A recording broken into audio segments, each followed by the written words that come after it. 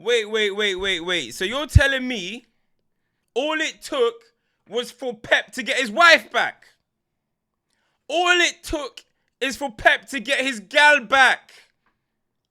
So all of this athletes and all of this 4 centre backs and all this robust Man City was all because he was going through mental trauma with his wife.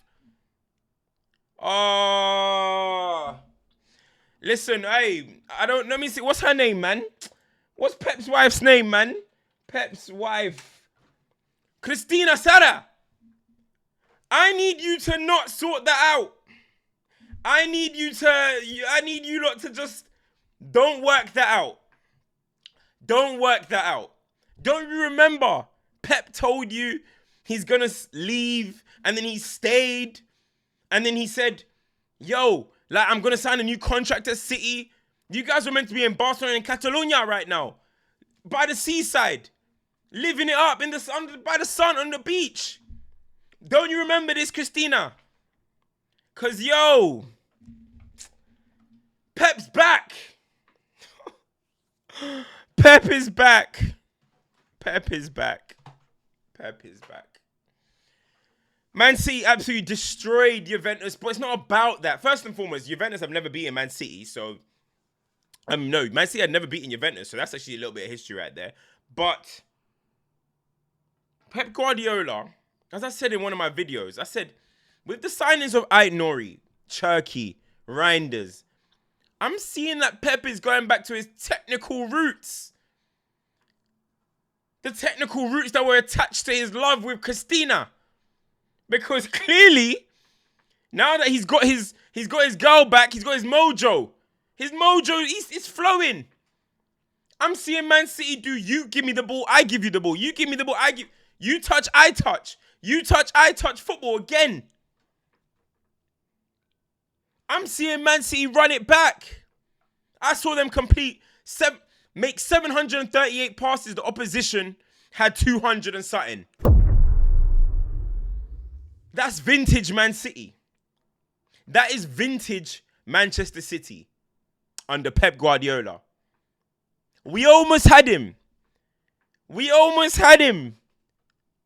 And we would have gotten away with it. Fucking hell. I'm seeing even Haaland get involved. I'm seeing Haaland show a different side to him. Rodri's back. I think he started this tournament a bit slow, but he's slowly getting back into it. Reinders already looks a sensational signing.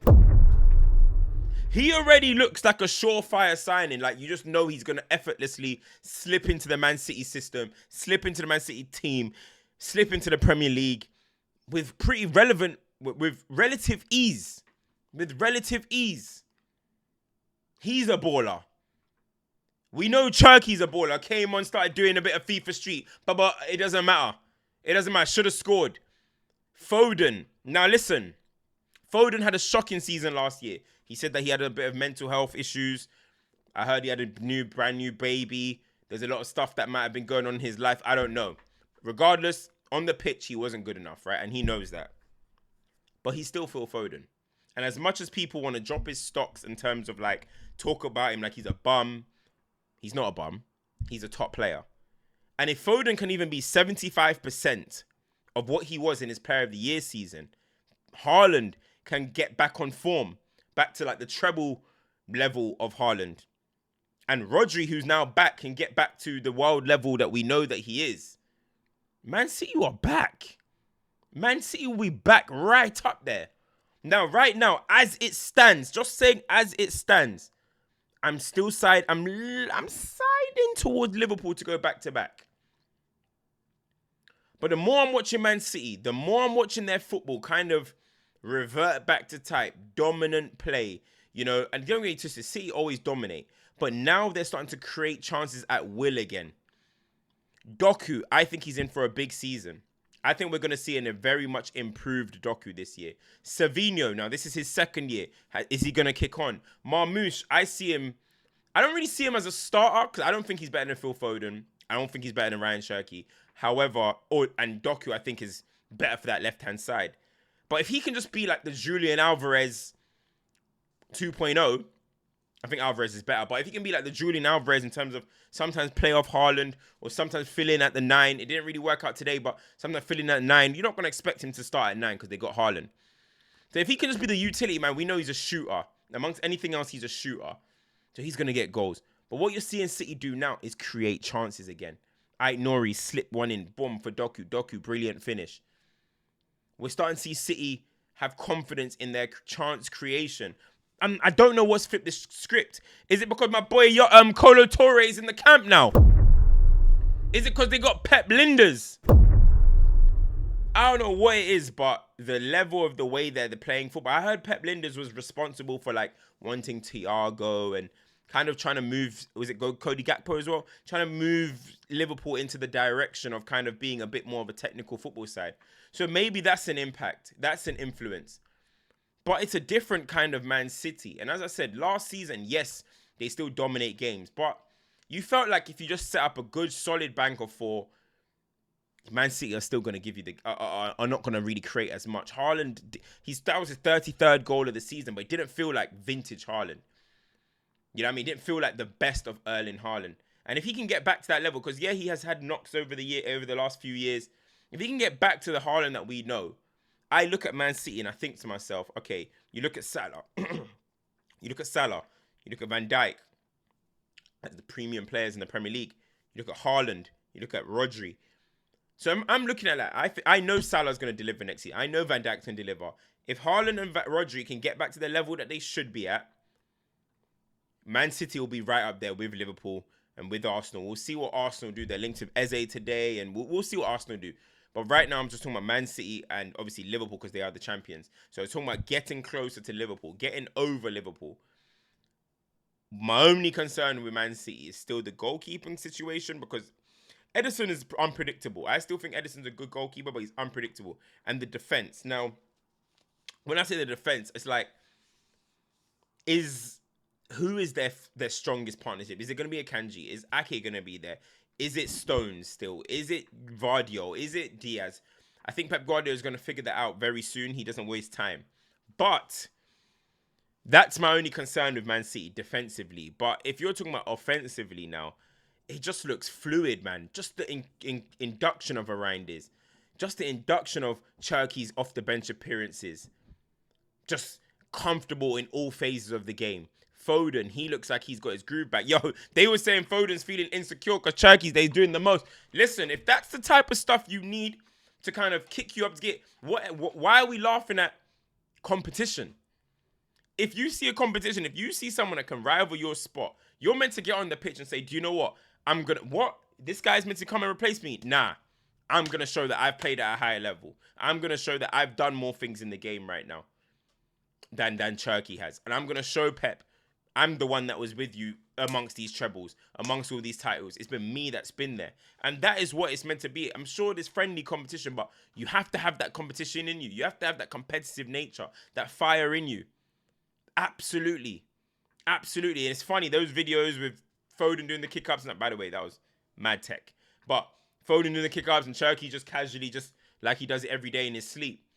But that is what you need. You need people to push each other. You need people to be fighting for places in the squad. And I said in my previous video, if you're looking at what City are building now, they got Doucoure and Savinho as width.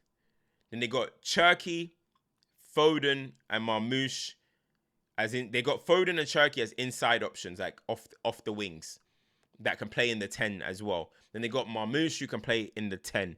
They got Echeverry, who's, I don't know if they're going to keep him, if they're going to get on loan. Apparently, he was meant to go on loan to Lyon, but now they've been relegated, so I doubt it. But then you got Echeverry and Marmoush, who can play in the 10 role. You got Foden and Cherki, you can play on the right, on the wings and in the 10 role. You got the width of Savinho and Doucoure. Then, don't forget, they still got Oscar Bob, the width. So Man City are now have multiple options. They have multiple options. And yes, you can say, well, they had this last season, but they didn't have like Echeverry. I'm talking about potentially over second season Savinho. Oscar Bob is back now. Cherki. So that's 4, in a way, additions or improvements that Man City could be making. So listen, it's gonna be nice. I'm not gonna lie, it's gonna be nice to see. Well, as a not neutral, but as a football fan, This is the type of football you want to see. This is the type of, it's not tiki-taka, but this is the type of dominant play, technical ability, appreciation that you want to see from most teams. It's just a shame that it's coming from Man City. But Gundogan now, he's going to be in a more sparing role. So now his legs ain't going to be as overused. Bernardo Silva, these guys are now going to be able to contribute in ways because of Reinders that's coming, because Rodri's back. They're going to be able to be used a lot more sparingly. Last season, we saw too much of Gundogan because of Rodri's injury. Realistically, we saw too much of him. We've been seeing KDB on his last legs, and Man City are trying to create in the same kind of way, same fashion. I think with these players now that are all very comfortable in the inside phases, I think Man City are going to be able to create a lot of chances. And then you got Ait Nori, and then they still want a right back. And it's crazy because Man City spent 200 million or whatever it was. 200 million on defenders pretty much, right? They bought Marmoush, but they sent on defenders. And none of them are starters, on players. None of them are starters, guaranteed. Marmoush is not a guaranteed starter. Kusanov, I ain't seen him in donkeys. Nico Gonzalez, Vitor Rice, and who's the other one? They signed Bar, some Bar guy, but he's not about Juma Bar, wasn't it? Is that his name or something like that? So he's not around. So the players that they've signed, in a way, other than Marmoush, like how much are they really even going to contribute? But that's the luxury that Man City do have. But listen, Pep Guardiola, I think he got his mojo back, you know.